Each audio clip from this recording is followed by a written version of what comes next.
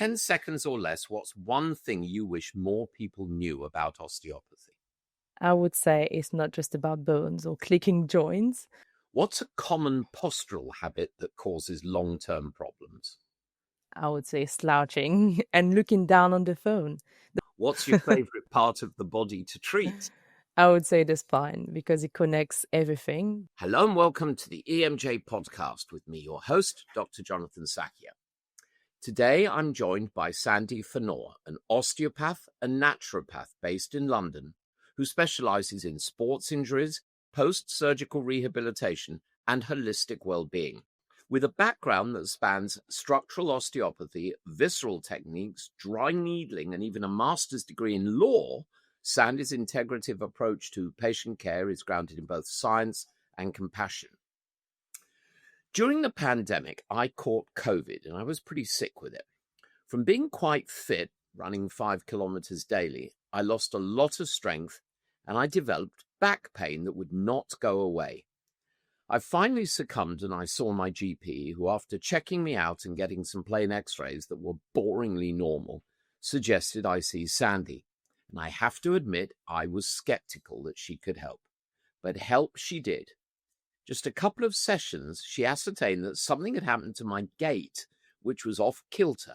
And in no time at all, the pain was gone, and I went back to being my usual happy self, just like Tigger.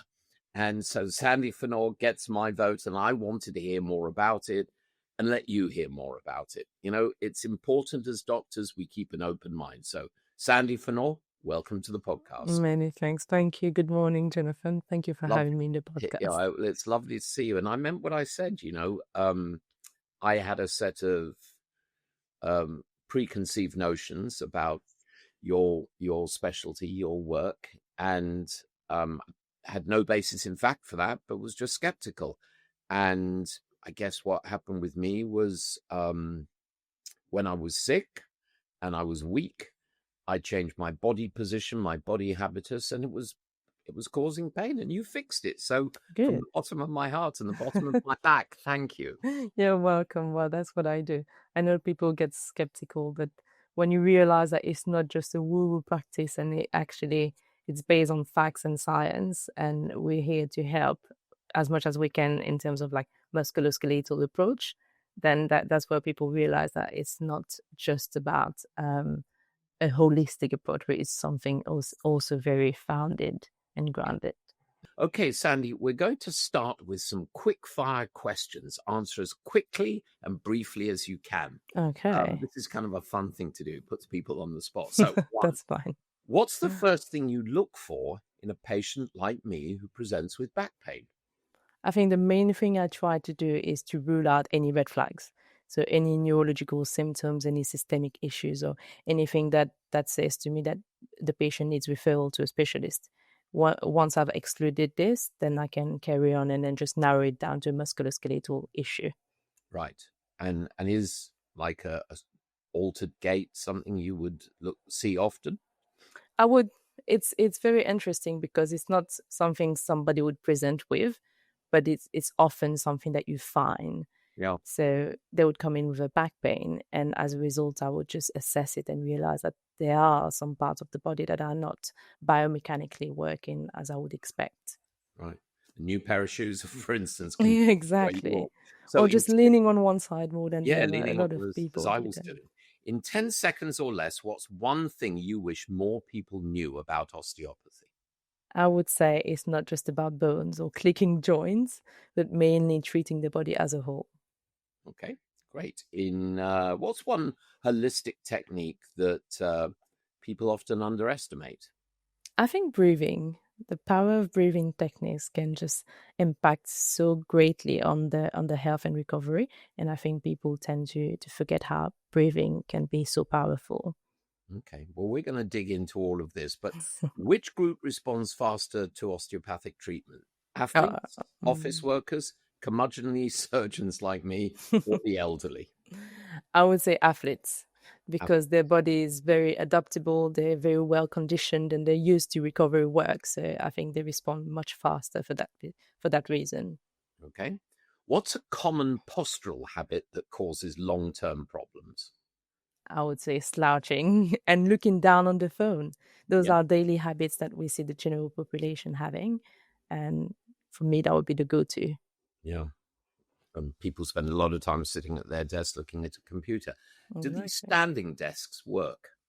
Oh, wow. I'm using a standing desk as we speak right Ah, now. very And it's pretty good. I don't see myself slouching, so I think it does work. And it makes me a little bit more relaxed because I don't have to sit back and think.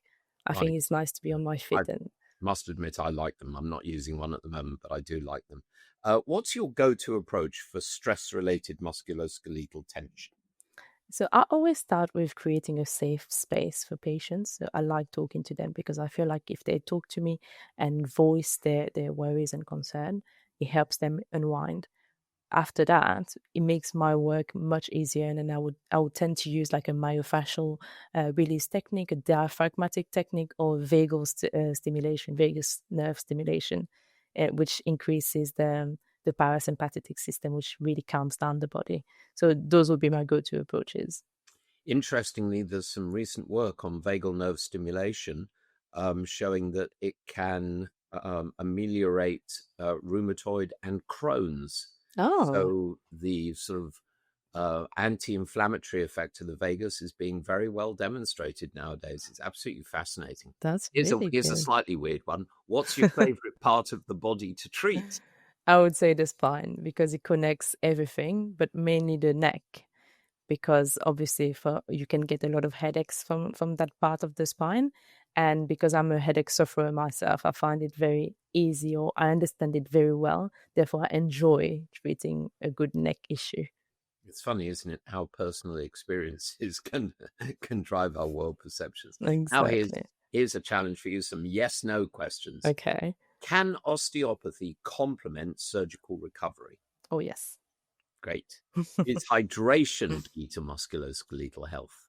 Yes. Well, hydration's key to everything. I'd say Exactly. you just drank more water, most things get better. I know.